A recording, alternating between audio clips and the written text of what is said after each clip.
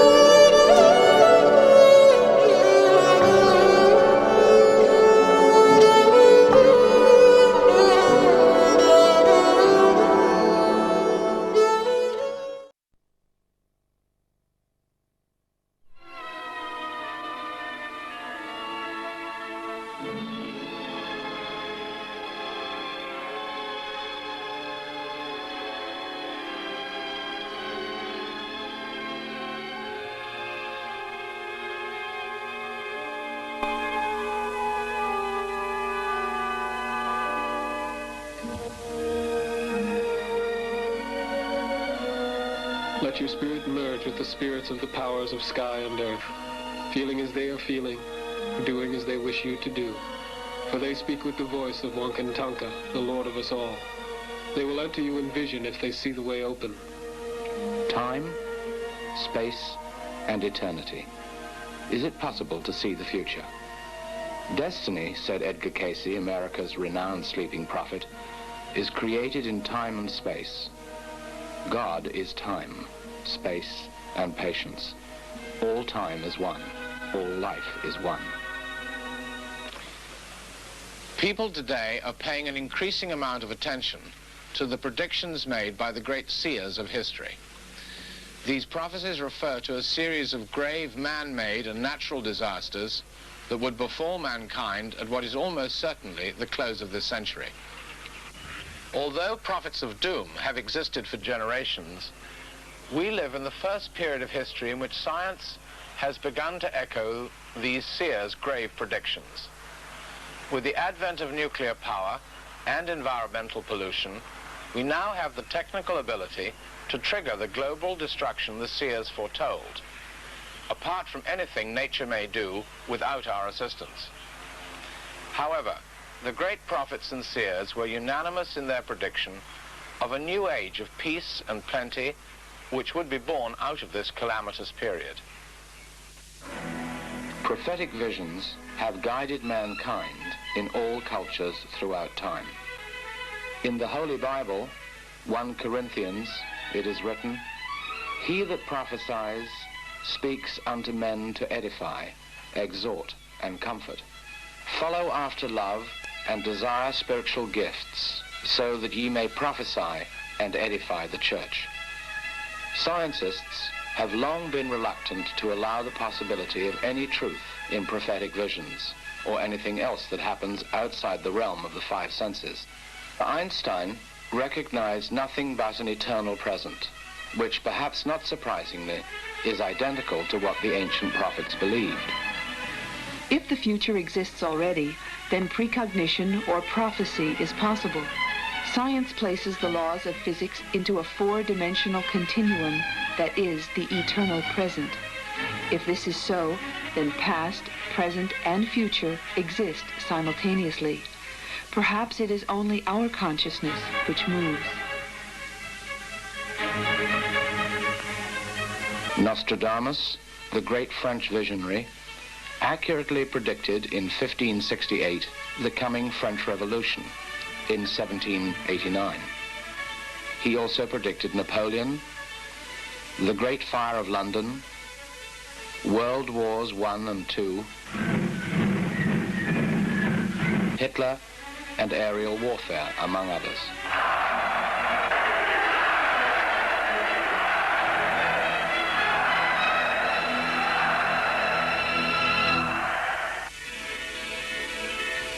In the rolling grasslands of the Great Plains and under the sheltering wall of the Black Hills, the ancient Pahasapa of the Sioux, the Cheyenne, and other Plains tribes, there lived for many years a true holy man, Black Elk of the Oglala Sioux.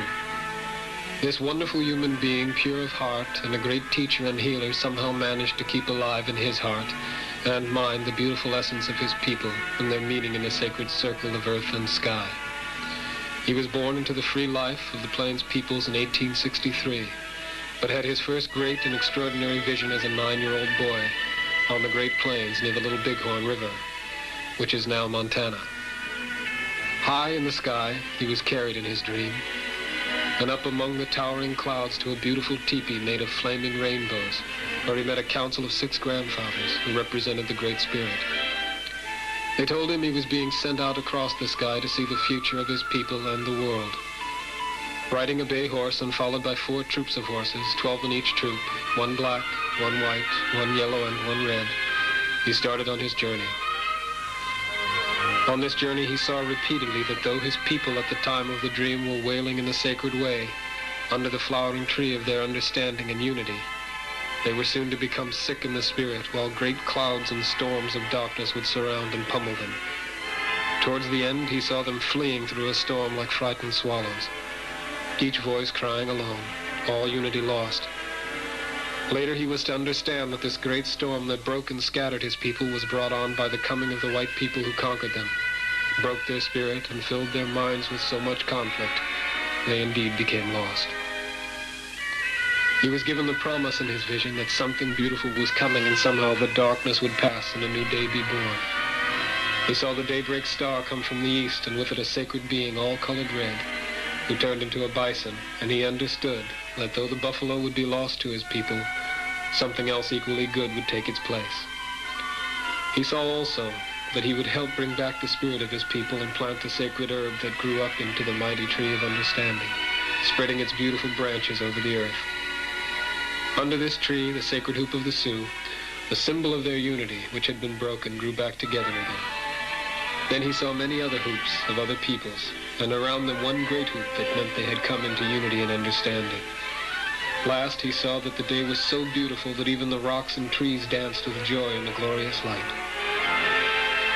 Black Elk saw in this vision the day when a glorious message of love and understanding and unity would bring the entire human race into the sacred circle of harmony with themselves and all living things. This can only be possible when something with tremendous spiritual power changes the hearts of mankind.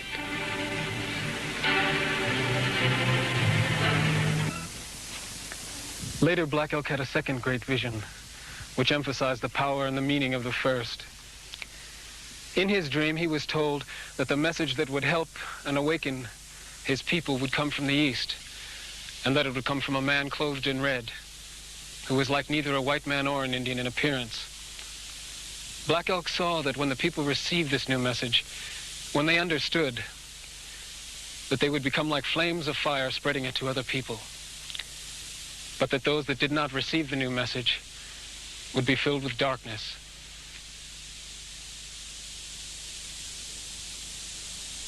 After becoming enlightened under the Bodhi tree, the Indian prince Siddhartha had a vision that told him he was to be the Buddha, the light of Asia. As Buddha, he went forth among men and began to teach them a message of love and understanding.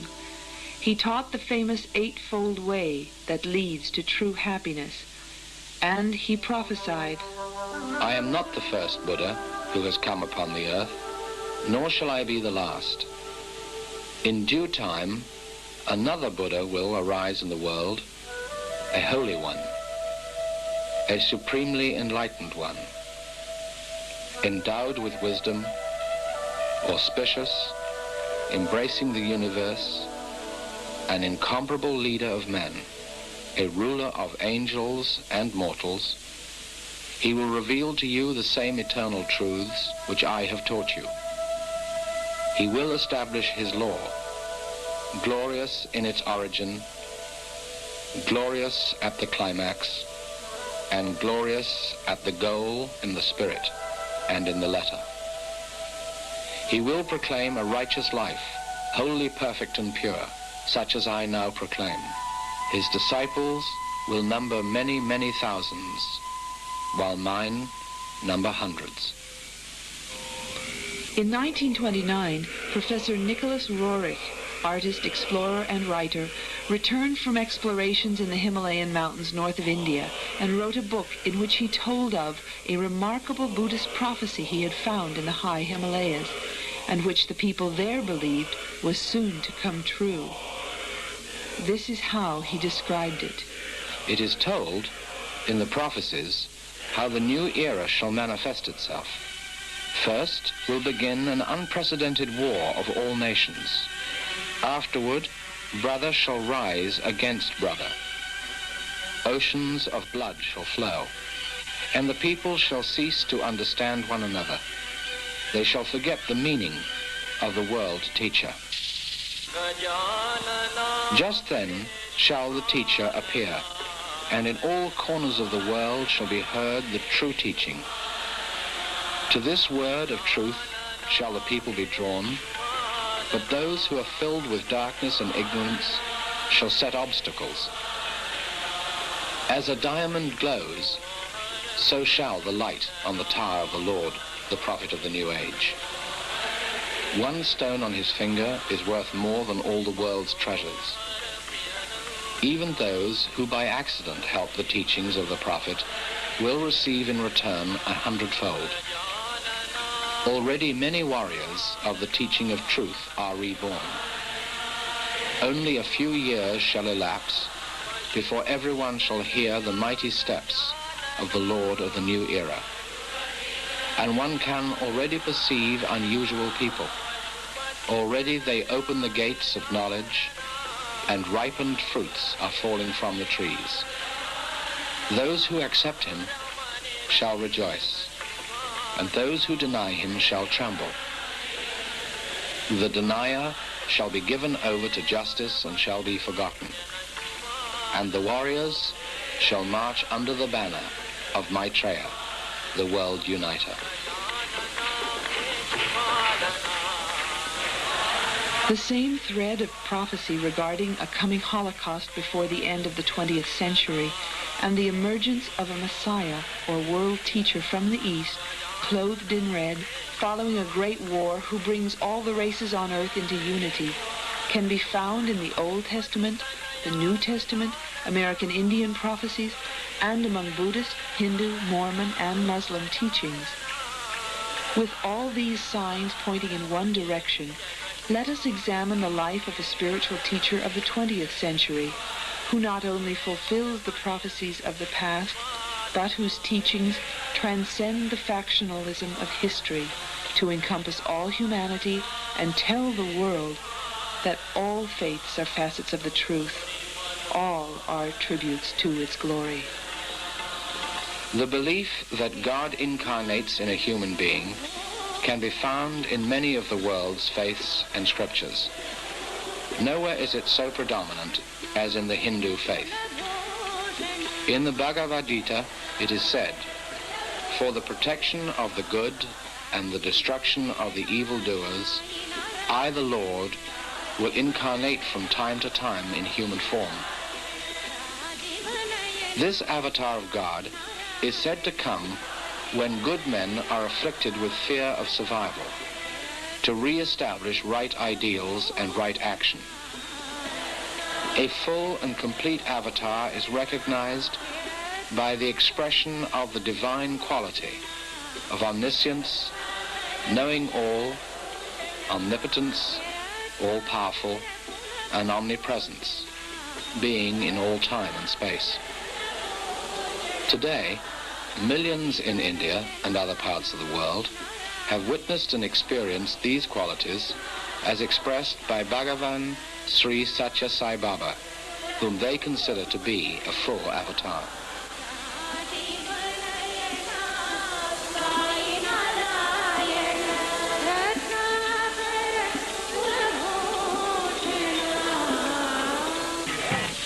In the Mahabharata, the ancient Hindu testament, Lord Vishnu, the preserver and protector of the universe, foretold of a Kali Yuga corresponding to our present age, which would be marked by moral and spiritual decline, by political corruption, oppression, dishonesty, crime, and the prevalence of falsehood.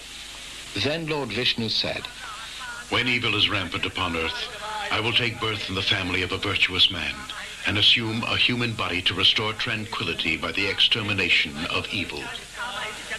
In the coming Kali age of sin, I will assume a human avatar form that is dark in color. I will be born in a family in South India. This avatar will possess great energy, great intelligence, and great powers.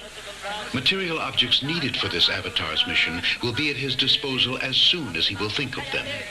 He will be victorious with the strength of virtue. He will restore order and peace in the world. This avatar will inaugurate a new era of truth and will be surrounded by spiritual people. He will roam all over the earth, adored by the spiritual people. The people of this earth will imitate this avatar's conduct, and there will be prosperity and peace. Men will once more betake themselves to the practice of religious rites. Educational centers for the cultivation of Brahmic lore and temples will reappear again everywhere. Ashrams will be filled with men of truth.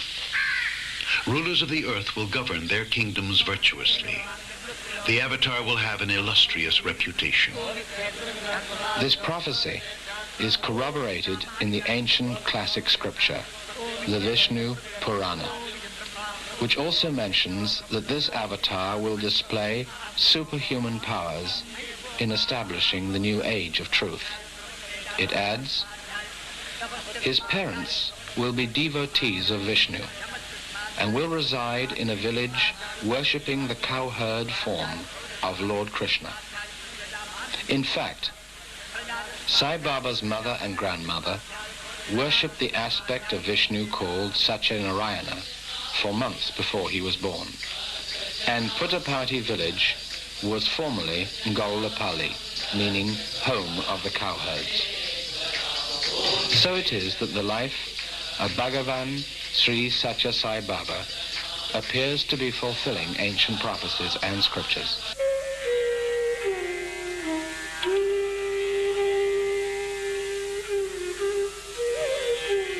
Being completely merged with God, Sai Baba demonstrates the power of creating anything on the spot from the ether, that is, from apparently nothing and nowhere. Baba is frequently seen materializing vibhuti ash by a wave of his hand as a blessing and for healing sickness. The same power enables him to increase or decrease quantities and sizes at will, and to cause objects to vanish or change their nature. As distinct from a magician, Sai Baba's powers do not disappear or decrease no matter how much he displays them. He never uses his powers for personal gain. They are always used to bring benefits to others and to honor and glorify God. Sai Baba's miracles are regarded as quite natural to his divinity and consistent with his mission. Baba does not attach undue importance to them. They are signs used for directing attention to the mystery that is God. He regards them as his calling cards. Unlike the powers earned by yogis through years of hard toil and austerities, Baba's miracles constitute his sankalpa, his nature. They are normal and casual expressions of his will. By materializing vibhuti, sacred ash, a ring, photograph, pendant, prayer beads, he brings joy into the lives of his devotees and leaves them with a token of his grace. He heals the sick, cures the blind, and appears, just as he is, to persons in far-off places, or in his subtle body in dreams. He hears the cries of distress of his devotees thousands of miles away, and rushes help to them in clearly recognizable ways. He reads their innermost thoughts, and with a sure knowledge of their past as well as their future, guides them into godliness. He showers his grace on those who have not seen him or heard of him, and even on those who defame and deny him. By his actions, he instills in all a faith in God. 700 years after the death of Muhammad, his followers compiled his discourses into 12 mighty volumes, which are called the Hadith, or the Work of Light.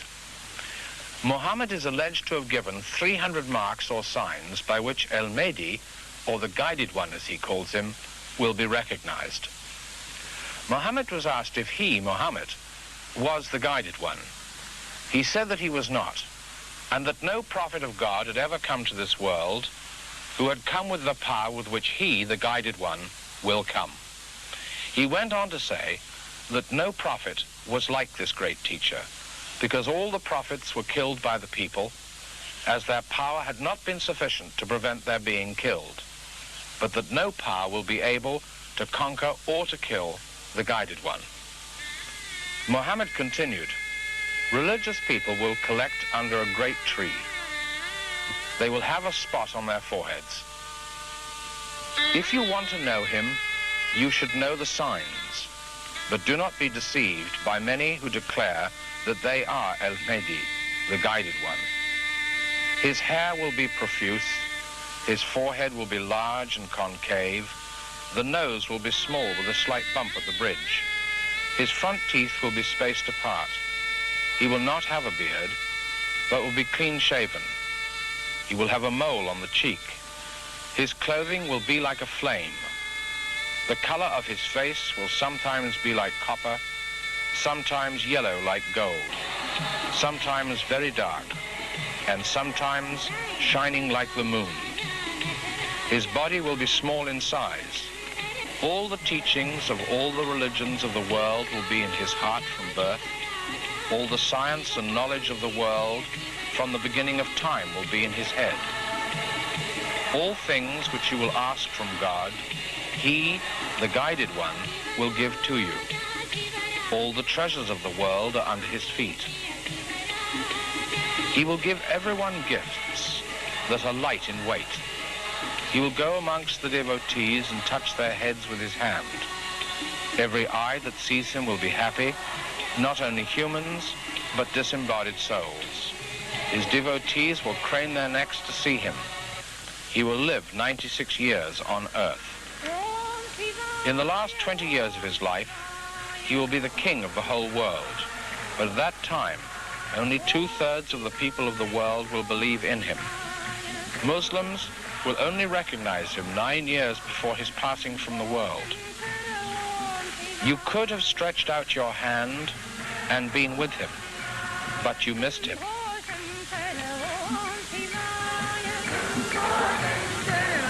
So as not to be deceived, you should know that the Guided One will bring things out of his body through his mouth.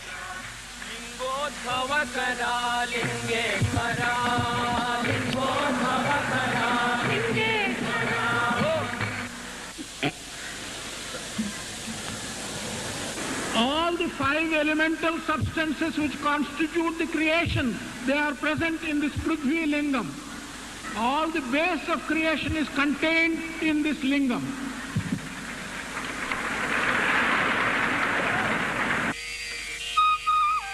The seer and prophet Nostradamus, in 1588, predicted that after the disaster of Armageddon, the new age will be inaugurated with the coming of a true savior, or avatar, who will guide the world in peace. He will initiate a new religion whose day of rest will be Thursday, and his power greatly affect the East. He will grow into manhood in the 21st century and will help restore the earth and its peoples to a more perfect harmony and balance. He will be a reincarnation of holy avatars and messiahs of the past, who were sent into the world at critical times to reveal the ancient wisdom of the Spirit. Nostradamus said, "When the New Age peoples begin to revive the earth, and the Avatar teaches mankind in the ways of spiritual brotherhood, the true nature of death and reincarnation will be revealed." Edgar Cayce, known as America's sleeping prophet, generally confirms these prophecies of Nostradamus. Just as the renowned saint Sai Baba of Shirdi told his followers at his death in 1918 that he would reincarnate in 8 years as Sathya Sai Baba, so has Sathya Sai Baba said that he will live until he is aged 96, that is, until the year 2022, and would reincarnate 8 years later in the year 2030 as Prema Sai Baba. Dr. Jack Hislop, president of the Sathya Sai Baba Society of America, gives us a prophetic glimpse into the future. There's a lot of interest in the Prema Sai Baba ring because it's a look into the 21st century. Swami created this ring for me several years ago. First, he had given me a very big gold ring with the portrait of himself on the ring, raised in gold relief. So the very next morning, he took it away from me again and said to me, "Well, Hislop, would you prefer to have Sathya Sai or Prema Sai?" So I didn't know what to answer, really, so I said, "Swami, let it be your will." So he said, "All right, then let it be Prema Sai." So he took this very heavy gold ring between thumb and forefinger, just breathed on the ring one time, and lo and behold, there was this ring. The gold ring had changed to a silver ring with this portrait of Prema Sai. Prema, of course, means love, and Prema Sai is the incarnation of Sathya Sai Baba, which will herald an era of peace and love in the Western world. Today, evil is so widespread that humanity itself would be destroyed in a nuclear holocaust in the event of a world war. It is to prevent such a catastrophe that this avatar has come to save the world from disaster. The world today is in the grip of a supreme moral and spiritual crisis. People everywhere are feeling frustrated and helpless and anxiously wondering what is in store for humanity. The hopes raised by the advances of science and technology have proved false. While science has overcome the barriers of time, distance, and nationality, it has done little to promote better understanding between man and nation and nation. Never has there been so much distrust, hatred, and violence as witnessed today in almost every country. Men have forgotten their essentially divine nature and have even failed to observe those basic human qualities which raise them above the level of animals. In the ceaseless pursuit of material acquisitions and sensuous pleasures, they have forgotten that the real source of happiness and bliss is the discovery of the Atma that is in each of them. There are, however, heartening signs that earnest people in many countries are turning to the way of the Spirit as the answer to the crisis that faces humanity. There is a spiritual hunger that is growing in every country. Without the conquest of one's passions and desires, and without realizing the divinity that is immanent in every living thing, man cannot achieve peace, bliss within, or harmony with the outside world. The message of fatherhood of God and the brotherhood of man, which Jesus Christ proclaimed 2,000 years ago, should become a living faith for the achievement of real peace and the unity of mankind.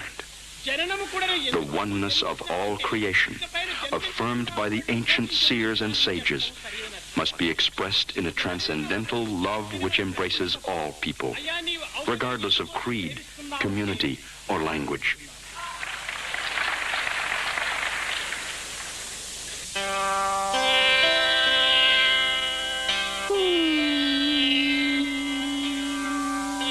I have come to light the lamp of love in your hearts, to see that it shines day by day with added luster. I have not come to speak on behalf of any religion. I have not come for publicity for any sect or creed or cause. Nor have I come to collect the followers for any doctrine. I have no plans to attract disciples or devotees into my fold or any fold. I have come to tell you of this universal unitary faith, this Atmic principle, this path of love, this duty of love, this obligation to love. May you all develop this divine love and stand out as the harbingers of a new age, free from selfishness, greed, hatred, and violence. Let each of you be a light unto himself or herself, and thereby be a light unto others. This is Sai's message to you all.